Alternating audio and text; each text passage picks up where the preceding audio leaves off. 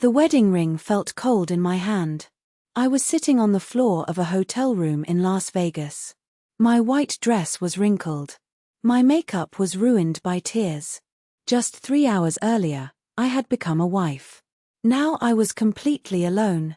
The man who had promised to love me forever had walked out of the room. He did not shout. He did not apologize. He did not even look sorry. He simply looked at me and said 4 words. I want a divorce. At first, I thought he was joking. Nobody ends a marriage on the first day. Nobody destroys a life that quickly. But he was serious. I watched him pick up his suitcase. Then he walked through the door. The sound of the door closing felt louder than any scream. I sat there for a long time. I could not move. I could not think. I could barely breathe. The city lights outside the window looked bright and beautiful. But inside that room, everything felt dark. How did I end up here? How did the happiest day of my life become the worst? To understand that, you need to know who I was before I met Ethan Cole. My name is Leah Bennett. I was 23 years old when all this happened. I grew up in a small town called Willow Creek. It was the kind of town where people waved to each other from their front porches. The kind of town where everyone knew your parents. And the kind of town where rumors traveled faster than the wind. My family was not wealthy. We lived in a modest house near a church. My father worked as a mechanic. My mother taught music lessons to local children. They were kind people. But they were also very traditional. Faith was at the center of everything in our home. Every Sunday we attended church together. Every evening we shared dinner at the same table. And throughout my childhood, my parents taught me the same lesson. Love was important. Marriage was important. And some things were worth waiting for. I believed them. Not because they forced me. Because it made sense to me. I wanted a relationship built on trust. I wanted commitment. I wanted something real. While many girls my age dreamed about exciting romances, I dreamed about stability. I dreamed about finding one good man and building a simple life together. As I grew older, my choices made me different from many people around me. In high school, my friends talked about dating. In college, they talked about relationships. Some of them moved in with boyfriends. Others went through painful breakups. I listened to their stories. But I stayed on my own path. Sometimes people thought I was strange. Sometimes they called me old-fashioned. A few people even laughed at me. But I never felt ashamed. I knew who I was. And I knew what I wanted. After college, I found a job at a local library. The work was quiet. The days were peaceful. Most mornings started exactly the same way. Coffee. Books. Shelves that needed organizing. Children looking for stories. Older people searching for newspapers. Nothing exciting ever happened. And honestly, I liked it that way. Life felt safe. Predictable. Comfortable. Then one Saturday afternoon, my friend Emma changed everything. She called and begged me to visit a new cafe in a nearby city. I almost said no. I had work to finish. I had laundry waiting at home. And crowded places were never my favorite. But Emma refused to accept my excuses. 2 hours later, I was sitting beside a large window in a busy cafe downtown. The place smelled like coffee and fresh bread. People laughed around us. Music played softly overhead. Emma left the table to order drinks. That was when the front door opened. A man walked inside. I noticed him immediately. Not because he was the most handsome man in the room. Because he looked completely confident. He moved through the crowd like he belonged there. Dark hair. Blue eyes. A tailored jacket. A relaxed smile. For a moment, his eyes met mine. Then I quickly looked away. I assumed that would be the end of it. I was wrong. A minute later, a voice spoke beside me. Mind if I sit here? I looked up. It was him. There were empty tables everywhere. Yet somehow he chose mine. I hesitated. then nodded. Sure. His smile widened. My name is Ethan. I introduced myself. At first, the conversation felt awkward. But somehow it became easy. Very easy. We talked about books, movies, travel, family, the strange weather in our state. One topic led naturally to another. By the time Emma returned with our drinks, Ethan and I had already been talking for 20 minutes. Emma raised one eyebrow. I knew exactly what she was thinking. I ignored her. When Ethan finally left, he handed me a small piece of paper. His phone number. Nothing more. No pressure. No dramatic speech. Just a smile. If you'd like to talk sometime. Then he walked away. That night, I stared at the paper longer than I should have. Part of me wanted to throw it away. Part of me wanted to call immediately. Instead, I placed it inside a book and went to bed. The next morning, my phone rang. Unknown number. I answered. It was Ethan. I never figured out how he got my number. When I asked, he laughed. Trade secret. That should have worried me. Instead, I laughed too. Soon we were talking every day. Morning conversations before work. Messages during lunch. Long phone calls before bed. Sometimes we talked for hours. He always seemed interested in everything I said. The books I read. The music I liked. The stories from my childhood. The dreams I never told anyone else. He remembered every detail. Nobody had ever paid that much attention to me before. And slowly, I began falling in love. A few weeks later, I told Emma everything. She listened quietly. Then her expression changed. The smile disappeared from her face. What is it? I asked. She stirred her coffee. Nothing. Then she sighed. No, actually, it's something. A strange feeling settled in my stomach. Emma looked directly at me. Leah, be careful with him. I frowned. What do you mean? She hesitated. Then spoke softly. I've heard stories about Ethan. My heartbeat slowed. What kind of stories? He dates a lot of women. I tried to laugh. But Emma wasn't smiling. He never stays with anyone for very long. For several seconds, neither of us spoke. Outside the cafe window, people walked by without noticing us.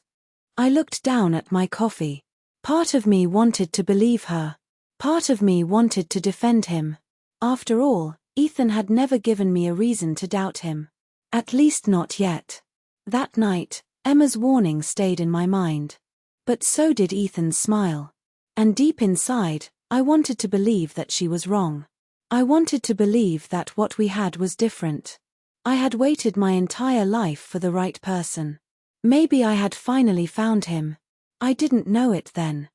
But that decision would change everything. Over the next few months, Ethan became the center of my world. Every morning began with a message from him. Every evening ended with a phone call. Sometimes he drove 2 hours just to have dinner with me. Other times he surprised me with flowers at work. The women at the library loved him. My co-workers called him charming. My mother thought he was polite. Even my father, who trusted almost nobody, seemed to like him. For the first time in my life, everything felt easy. I stopped worrying about the future. I stopped wondering if I would ever find love. Because love seemed to be sitting right in front of me. One Saturday afternoon, Ethan invited me to a charity event. It was held at a large hotel downtown. The moment I arrived, I felt out of place. Everyone looked elegant. Expensive dresses. Designer suits. Luxury watches. People spoke confidently about business and investments. I stood beside Ethan and tried not to look nervous. He noticed immediately. You look beautiful, he whispered. I smiled. But I don't belong here. He squeezed my hand. You're exactly where you belong. For a moment, I believed him. The evening passed quickly, but something happened that stayed in my mind. Several women approached Ethan during the event. Some seemed surprised to see me. Others looked uncomfortable. One woman stared at me for several seconds before walking away. I tried not to think about it. But later that night, curiosity won. "Do you know her?" I asked. "Know who?" "The blonde woman near the bar." He laughed. "Just someone from work." His answer came too quickly. But I let it go. I wanted to trust him. Trust was supposed to be part of love. A few days later, Emma called. Her voice sounded serious again. "We need to talk." That sentence immediately made me nervous. We met at a small cafe near my apartment. As soon as we sat down, she spoke. "I saw Ethan last weekend." I smiled. "At the hotel?" "No." The smile disappeared from my face. "Then where?" Emma hesitated. Then she looked directly at me. "At another restaurant." I waited. He wasn't alone. A cold feeling moved through my chest. "What are you saying?" She lowered her voice. "He was having dinner with another woman." For several seconds, I couldn't speak. I felt embarrassed, angry, confused, but mostly scared. Emma reached across the table. "I'm not saying he's cheating. But something feels wrong." I wanted to defend him. I wanted to tell her she misunderstood. Instead, I sat there silently. That evening, I asked Ethan about it. His reaction surprised me. He did not become angry. He did not become defensive. Instead, he laughed. A calm, confident laugh. "That's what this is about." I nodded. He shook his head. "The woman works for one of my clients." Then he smiled. "Leah, if I wanted someone else, why would I spend every day chasing you?" The answer sounded reasonable. Maybe too reasonable. Still, I believed him. Or maybe I wanted to believe him. As winter arrived, our relationship became more serious. We spent holidays together. We met each other's families. We talked about the future. And for the first time, Ethan began discussing marriage. The subject made me nervous. Not because I didn't love him. Because I did. More than I wanted to admit. One snowy evening, we sat together near a fireplace in a small restaurant. Outside, snow covered the streets. Inside, everything felt warm. Ethan reached into his jacket pocket. My heart immediately started racing. He smiled. Then placed a small velvet box on the table. I stared at it. Neither of us spoke. Slowly, I opened it. A diamond ring rested inside. My eyes filled with tears. "Leah," he said quietly, "I love you." The room seemed to disappear. "I want to spend my life with you." I could barely breathe. Every dream I had carried since childhood suddenly felt real. The church wedding. The family gathering. The future. Everything. Then Ethan took my hand. "Marry me." I said yes before he finished speaking. People around us began clapping. Someone cheered. I laughed through my tears. It felt like the happiest moment of my life. For the next few weeks, I floated through every day. Nothing could ruin my mood. Not work. Not stress. Not even Emma's concerns. She tried one more time. Just once. "Are you absolutely sure about him?" I smiled. "Yes." She looked unconvinced. But she didn't argue. Maybe because she knew I wouldn't listen. Deep down, I believed love had finally arrived. And after waiting so many years, I wasn't willing to let fear take it away. Then, only 3 weeks after the engagement, everything suddenly changed. One afternoon, Ethan called me. His voice sounded excited. Almost nervous. "I have amazing news." "What happened?" "I have to travel to Las Vegas next week." I laughed. "That's amazing." "No." I could hear him smiling. "This is." He paused. Then spoke the words that changed my life. "Let's get married there." For a moment, I thought I misunderstood. "What?" "Let's do it now." My heart skipped a beat. I had imagined a church wedding. Family. Friends. Music. Flowers. Months of planning. Not this. Not suddenly. Ethan continued talking. We love each other. We're already engaged. Why wait? His confidence made everything sound simple. Reasonable. Romantic. But something inside me felt uncertain.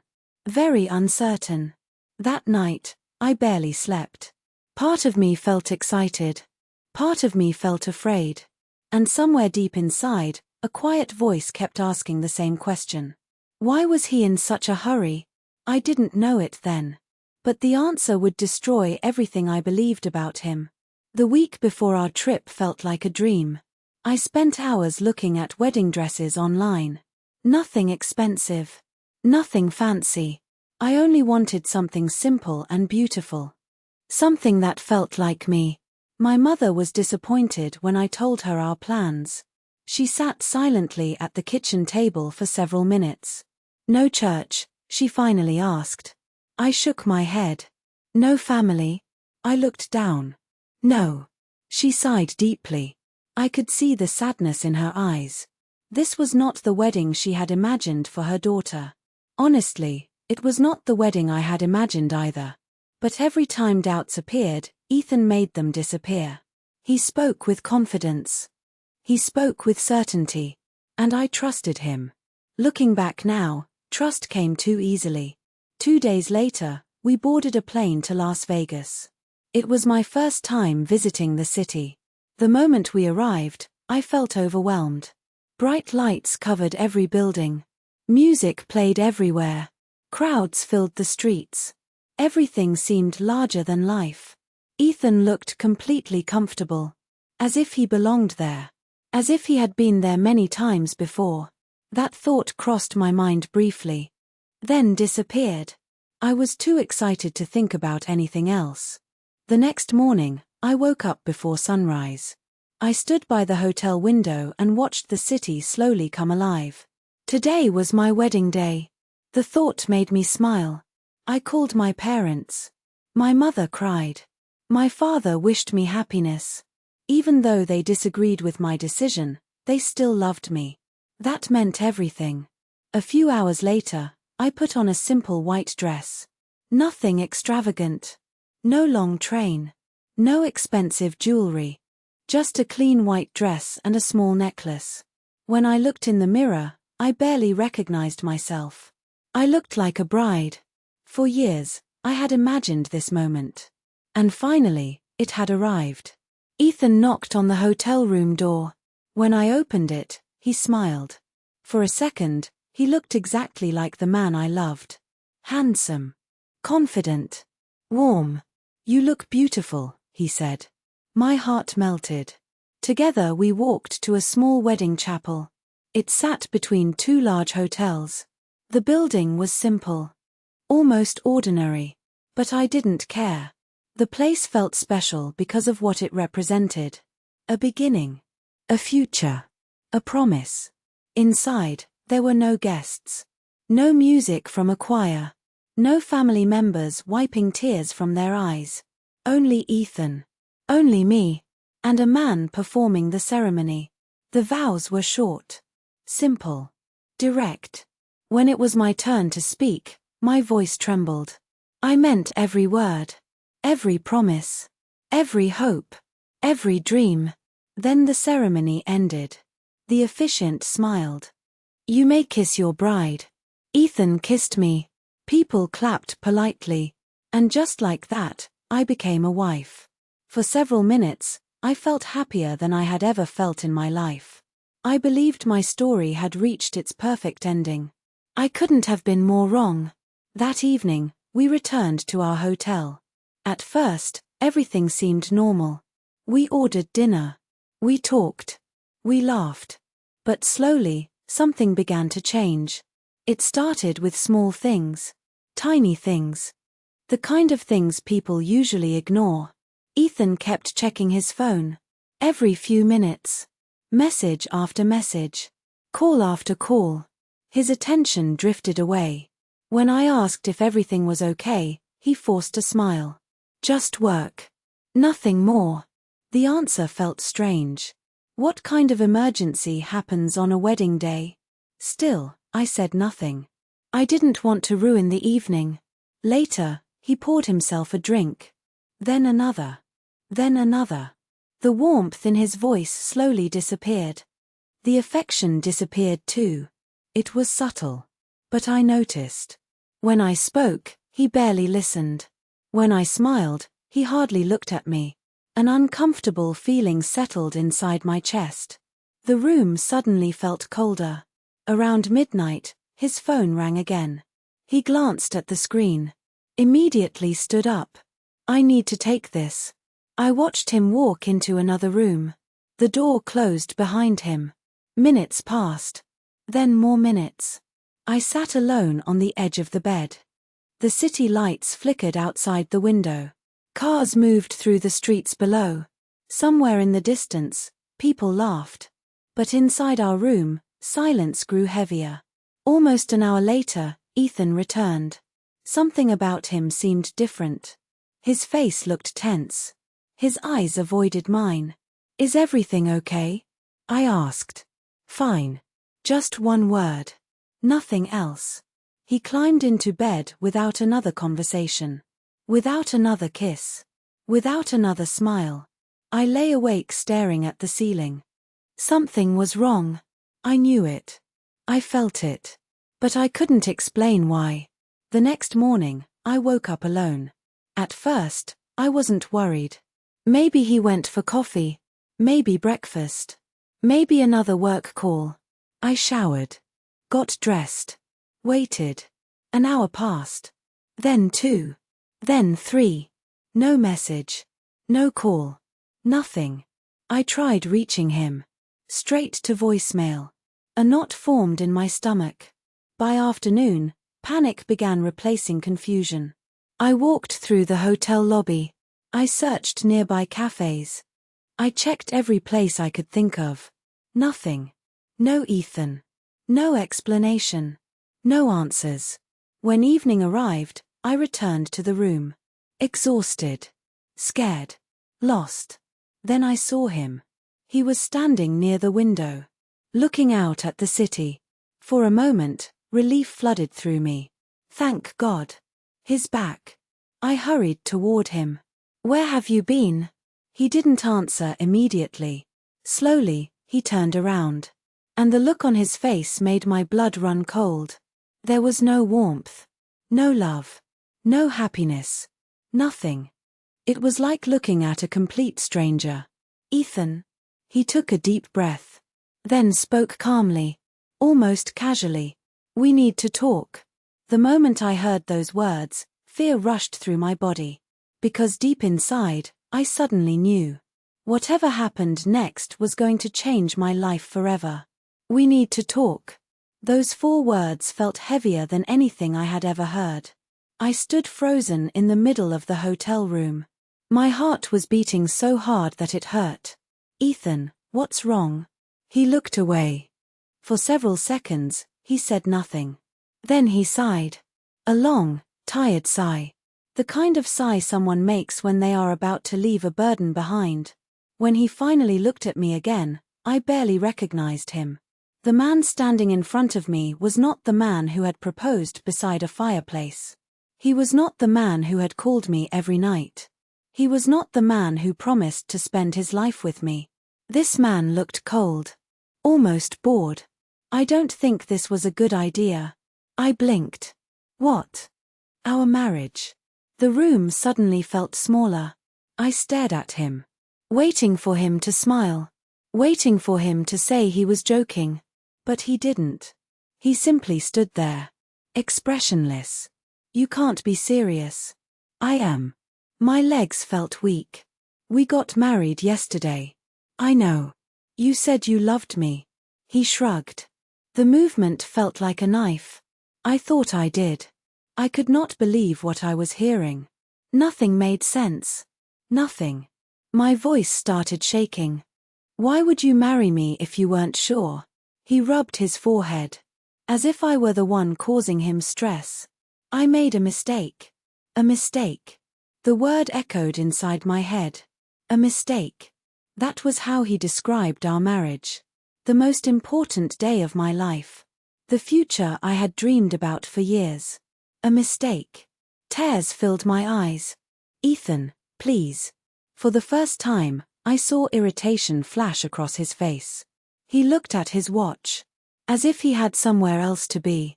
Don't make this harder. Harder. The cruelty of those words stole my breath.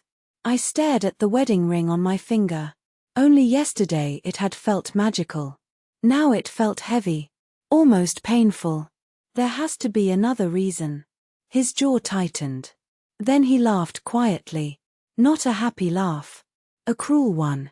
You really want the truth? I nodded. Immediately, I regretted it. Because the next few minutes would haunt me for years. He looked directly into my eyes. You and I are different. I didn't answer. You belong in a small town. His voice remained calm. You work in a library. You read books. You live a simple life. Each sentence landed like a punch. I thought I wanted that.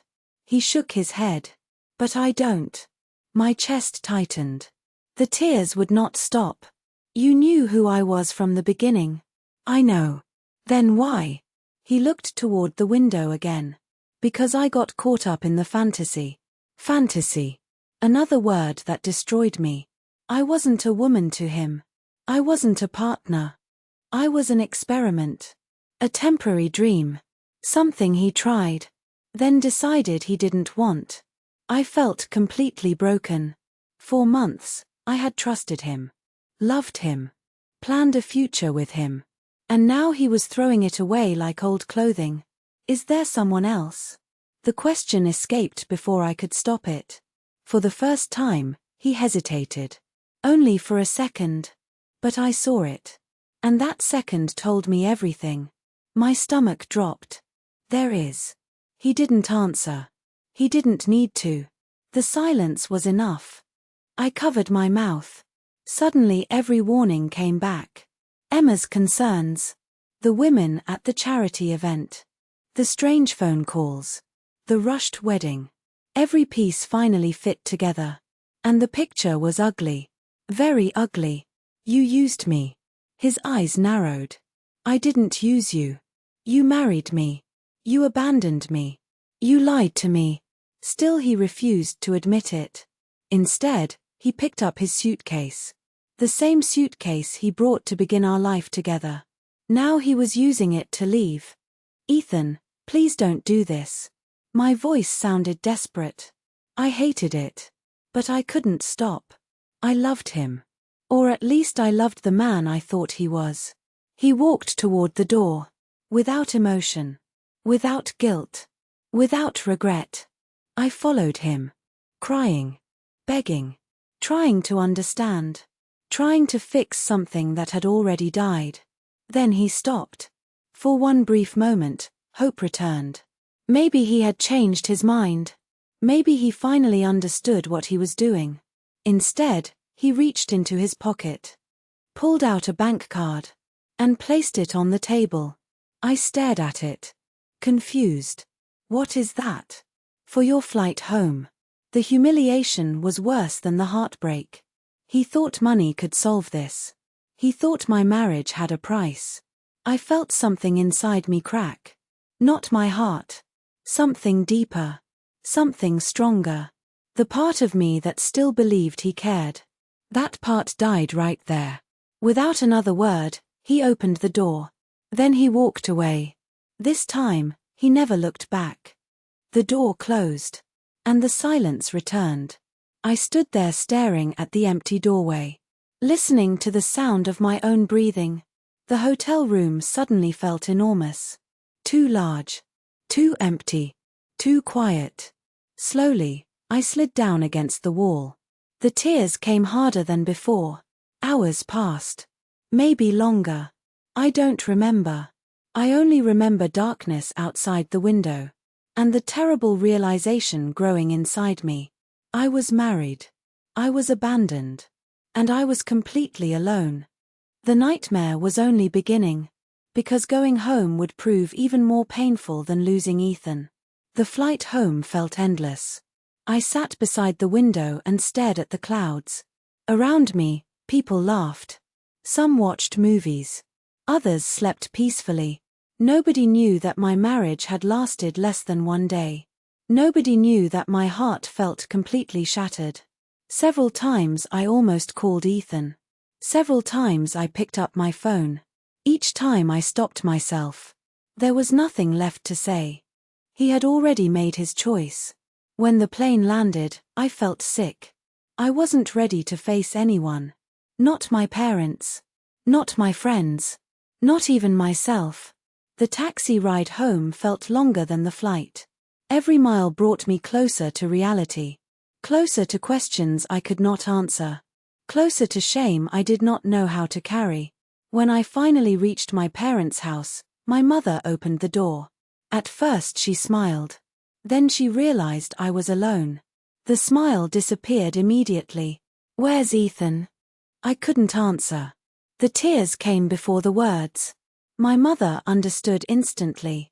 Her face turned pale. My father walked into the hallway. The moment he saw me crying, he knew something was wrong. We sat together in the living room. Slowly, painfully, I told them everything. The wedding. The hotel. The divorce. The woman. The lies. Every terrible detail. When I finished, the room fell silent. My mother cried quietly. My father looked toward the floor. For a long time, nobody spoke. Then my father finally sighed. "I told you not to rush." The words were not cruel, but they still hurt. Because they were true. My mother wiped her eyes. "We only wanted to protect you." I nodded. I knew that. But knowing it didn't make the pain smaller. For the next few weeks, I barely left my room. Food lost its taste. Books could not hold my attention. Music sounded empty. Every morning I woke up hoping the nightmare had ended. Every morning reality returned. Some days I cried. Other days I simply stared at the ceiling. The future I had imagined no longer existed. The woman I used to be felt gone. Then one afternoon, someone knocked on my bedroom door. It was Emma. She walked in carrying coffee and a paper bag full of pastries. Without asking permission, she sat beside me. For several minutes she said nothing. Then she handed me a cup. "You look terrible." For the first time in weeks, I laughed. A small laugh. But a real one. Emma smiled. "There she is." I looked away. "I should have listened to you." "Maybe." She shrugged. "But beating yourself up won't change anything." I stared at my coffee. "What am I supposed to do now?" Emma answered immediately. "Start over." The idea sounded impossible. My entire life felt broken. How could I start over? But Emma wasn't finished. "I have an extra room." I looked at her. "You can stay with me." I shook my head. "I don't want to be a burden." "You won't be." She smiled. "You need a fresh start." For the first time in months, I felt something unexpected. Not happiness. Not excitement. Hope. Just a tiny amount. But enough to keep moving. 3 weeks later, I packed my things. I hugged my parents goodbye. Then I moved to the city. I had no idea that decision would eventually save my life. Because far away from my old town, the truth about Ethan was waiting for me. And the truth was far worse than I imagined. Life in the city was very different. Everything moved faster. The streets were always busy. The sidewalks were crowded. People seemed to be in a hurry all the time. At first, I felt completely lost. But Emma stayed patient. She helped me settle into my new room. She helped me update my resume. And she helped me remember that life was not over. A month later, I found a job at a bookstore. The store was small but welcoming. I spent my days arranging shelves, helping customers, and recommending novels.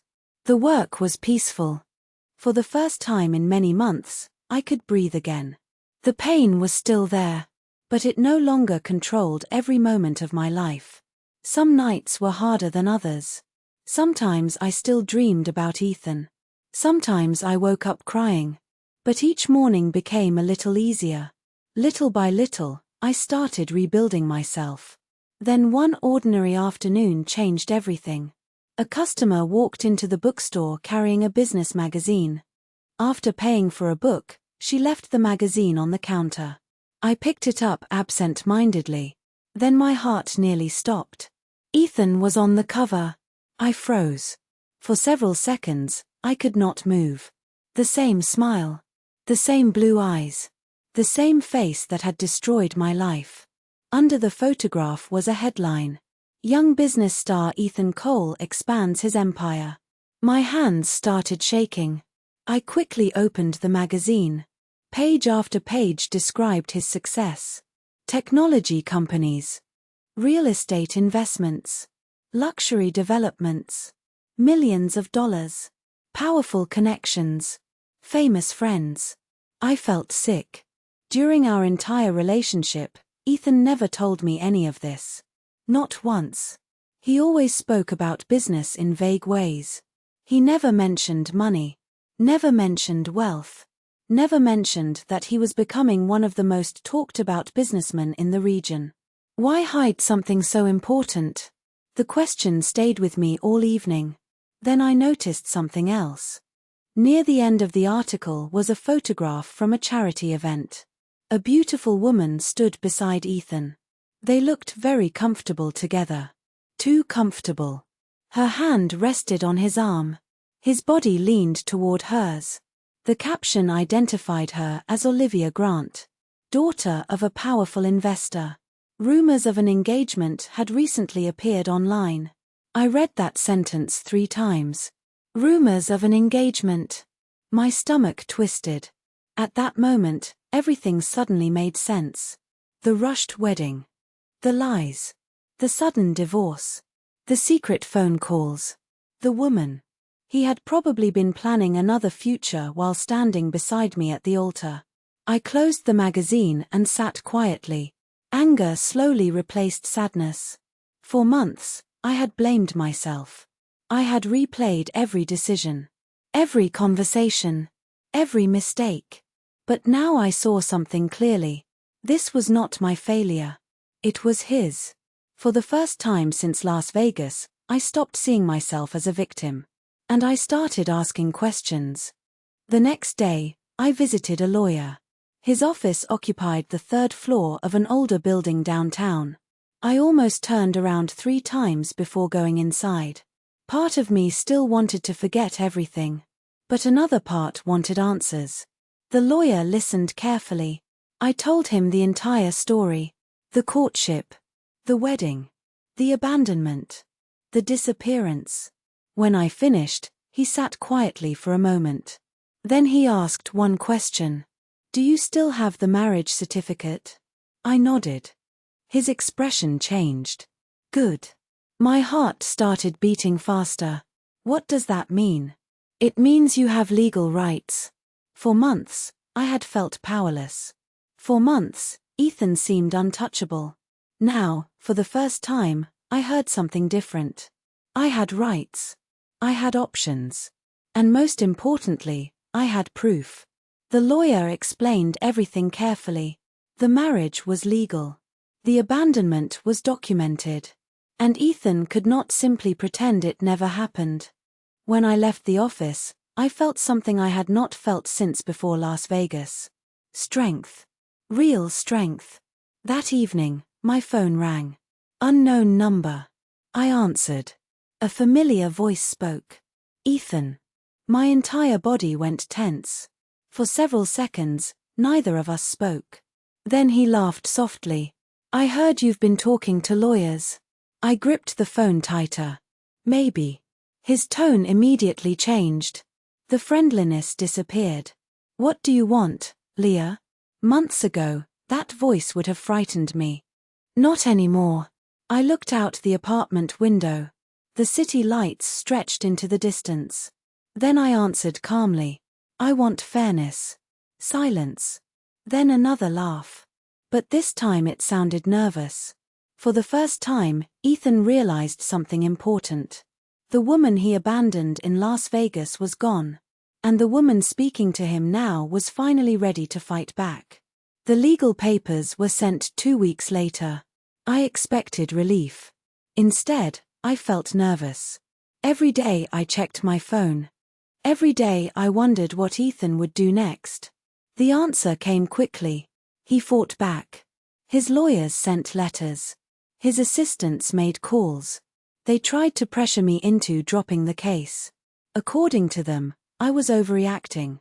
According to them, I was trying to damage his reputation. One letter even suggested I should simply move on with my life. I remember reading those words 3 times. Move on. As if my marriage had been a minor inconvenience. As if my pain meant nothing. For the first time, I felt truly angry. Not sad. Not heartbroken. Angry. And that anger gave me courage. I stopped doubting myself. I stopped apologizing. I stopped wondering if I was asking for too much. I wasn't asking for revenge. I was asking for accountability. Nothing more. Nothing less. Several days later, Ethan called again. This time I answered immediately. What do you want? His voice sounded calm. Too calm. We can settle this privately. I almost laughed. Months ago, I would have been relieved to hear from him. Now I felt nothing. What does that mean? It means we can avoid court. I knew exactly what he wanted. He wanted silence. He wanted the story to disappear. Most of all, he wanted control. The same control he had always enjoyed. But things were different now. I was different now. No. Silence filled the line. Then he sighed. You've changed. I looked out my apartment window. Cars moved below. People hurried home from work. Life continued. And for the first time, I realized something. He was right. I had changed. Goodbye, Ethan. Then I hung up. A week later, news about the case began spreading online. Nothing dramatic at first. Just small articles. Small discussions. Questions. People started asking why a successful businessman had hidden a marriage. Why he had abandoned his wife after one day. Why he wanted everything kept secret. The attention made Ethan furious. But it also made him nervous. 4 years, he had controlled his public image. Now he couldn't control the story. The court date finally arrived in early spring. I barely slept the night before. My stomach twisted with anxiety. Part of me wanted to stay home. Part of me wanted to run away. But I had already spent too much of my life running from pain. This time, I walked toward it. The courthouse was larger than I expected. Cold stone walls. Long hallways. Serious faces everywhere. My lawyer met me near the entrance. He smiled reassuringly. You'll be fine. I wasn't sure I believed him. Then I saw Ethan. Standing on the other side of the hallway. Expensive suit. Perfect hair. Confident posture. At first glance, he looked exactly the same. But when our eyes met, I noticed something new. Worry. Real worry. For months, he expected me to disappear quietly. Instead, I had shown up. And now he had to face the consequences. Inside the courtroom, everything felt strangely calm. No dramatic speeches. No shouting. Only facts. Documents. Evidence. Questions. Hours passed. The judge listened carefully. My lawyer presented the timeline. The marriage certificate. The records. The communication. Everything. Meanwhile, Ethan's side tried to minimize what happened. They called it a misunderstanding. A personal mistake. An unfortunate situation. But every explanation sounded weaker than the last. Because the truth remained simple. He married me. Then abandoned me. And he expected nobody to care. By late afternoon, the hearing ended. The judge announced that a decision would come soon. The waiting felt endless. Days passed. Then finally the ruling arrived. I sat beside my lawyer when he called. For several seconds, he said nothing. Then he smiled. We won. I closed my eyes. Relief rushed through my body. Months of fear suddenly disappeared. The court ordered a financial settlement. It wasn't enough to make me rich. That had never been the goal. What mattered was something else. The decision officially recognized what happened. It acknowledged the truth. And it proved that Ethan could not simply erase people when they became inconvenient. When I left the lawyer's office, the sky looked brighter than usual. The air felt lighter. For the first time since Las Vegas, I felt completely free. Not because of the money. Because the story was finally over. Or so I thought. A few weeks later, my phone rang again. The screen showed a name I never expected to see. Ethan Cole. I stared at it. The phone continued ringing. Again. And again. Finally, I answered. For several seconds, neither of us spoke. Then I heard something I never expected. Ethan sounded broken. And what he said next surprised me even more. I made a mistake. I made a mistake. The words hung in the air. For a moment, I thought I had heard him wrong. This was the same man who walked away from me in Las Vegas. The same man who treated my marriage like an inconvenience. The same man who never apologized. Until now. I sat quietly, waiting. What do you want, Ethan? His answer came slowly. I wanted to talk. I almost laughed. Months earlier, I would have given anything to hear those words. Now they meant nothing. I don't think we have anything left to discuss. Please. The desperation in his voice surprised me. It was completely different from the confident man I remembered. For the first time, he sounded uncertain. Human. Broken. Against my better judgment, I agreed to meet him. Just once. Nothing more. 3 days later, we met at a small cafe. The same kind of place where our story began. Only this time, everything felt different. When Ethan walked in, I barely recognized him. He looked tired. The confidence was gone. The arrogance was gone. Even his smile looked weaker. For several seconds, we simply stared at each other.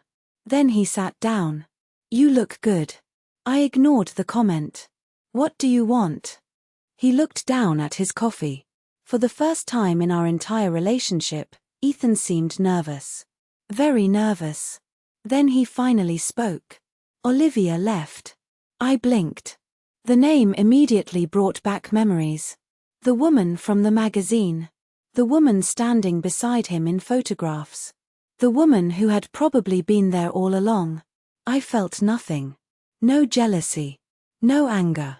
Nothing. He continued. She found out about everything.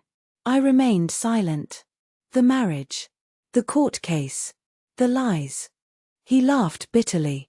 Turns out she doesn't like dishonest people. The irony was almost unbelievable. For years Ethan had manipulated others. Now he was experiencing the consequences himself. What does that have to do with me? He looked directly at me. Everything. I already knew where this conversation was heading. And I hated it. Because once upon a time, hearing these words would have made me happy. Now they only made me tired. I miss you. There it was. The sentence he should have said years ago.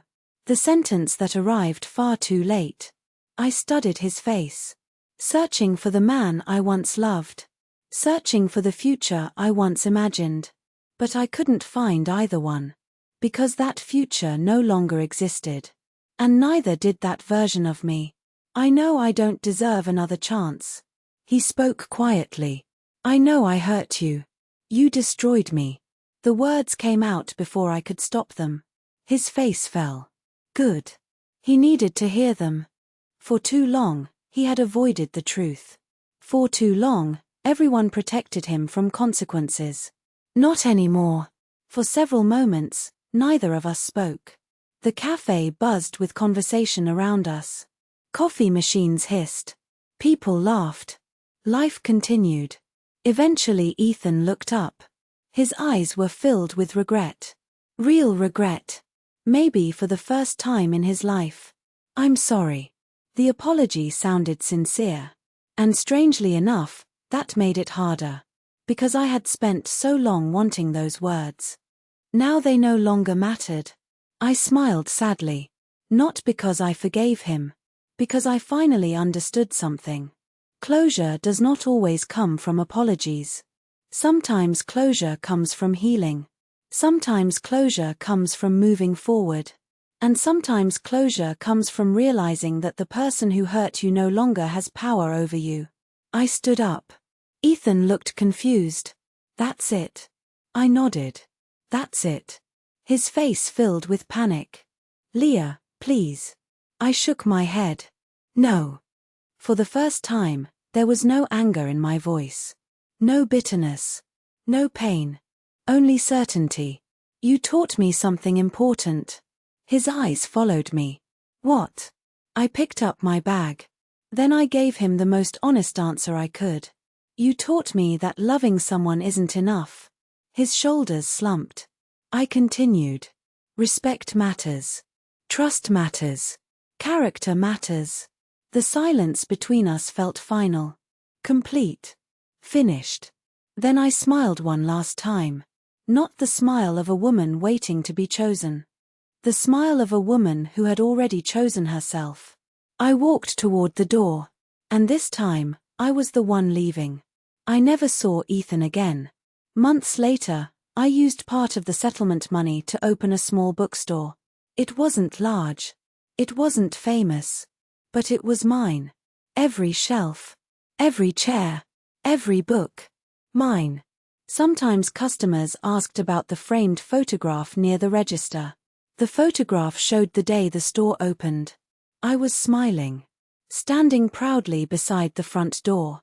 Whenever people asked why that picture was special, I always gave the same answer. Because that's the day my real life began.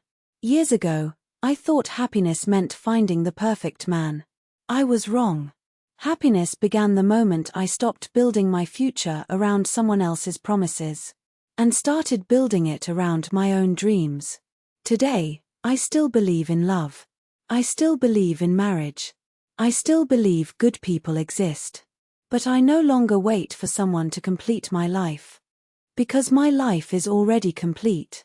And if love arrives one day, it will be a gift. Not a rescue. As the sun sets outside my bookstore window, I sometimes think about the frightened young bride sitting alone in a Las Vegas hotel room. If I could speak to her now, I would tell her one thing. The end of that marriage was not the end of her story. It was only the beginning. The beginning of becoming the woman she was always meant to be.